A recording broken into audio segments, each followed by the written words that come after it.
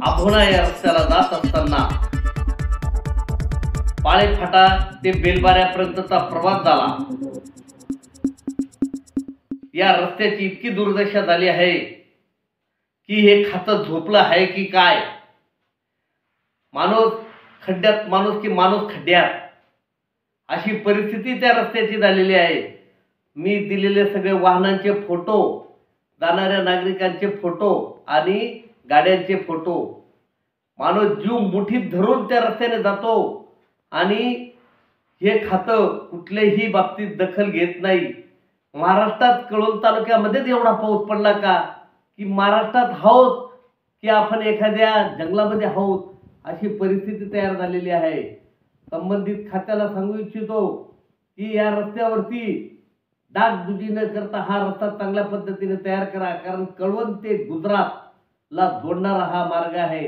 या रस्त्याने भाजीपाला जातो, दळणवळण होय आणि या रस्त्याला लागून कळवण पासून आभोणा 10 ते 12 किलोमीटर, तिथून पुढे कनाशी आणि दळवण, म्हणजे हा परिसर अत्यंत सुजलाम सुफलाम आहे. परंतु रस्त्याची अवस्था बिकट झाल्याने माणसांना मणक्यांचे आजार, श्वसनाचे आजार, तसेच आपल्या वाहनाला कोणत्या बाजूने जायचं, इकडनं टाकला तर ॲक्सिडेंटची भीती, तिकडनं टाकला तर ॲक्सिडेंटची भीती. सर्वसामान्य माणूस जीव मुठीमध्ये घालून या रस्त्याने प्रवास करतो आहे. मी प्रशासनाला, बांधकाम प्रशासनाला विनंती करतो, जर तुम्ही या रस्त्याची दुरुस्ती आणि हा रस्ता जर चांगल्या पद्धतीने केला नाही, म्हणजे साधारण पाळेफाट्यापासून तर डायरेक्ट बेलबाऱ्यापर्यंत या रस्त्याची तशीच परिस्थिती आहे. पुढे पण डागडुजीचे प्रश्न तयार आहेत.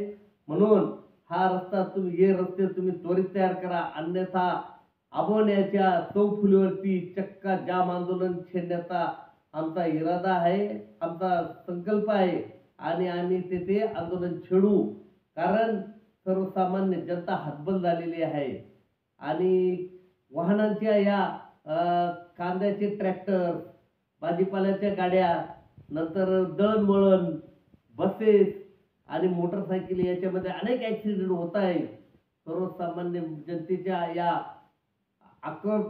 सर्वसामान्य जनतेचा हा आवाज आहे, परंतु तो दाबला जातो आहे. मी आभोण्याच्या चौफुलीवरती येत्या 15 दिवसाच्या आत चक्का जाम आंदोलन चालू होईल. आम्ही ते मागे घेणार नाही असं मी बांधकाम व रस्ते बांधकाम विभागाला सांगू इच्छितो.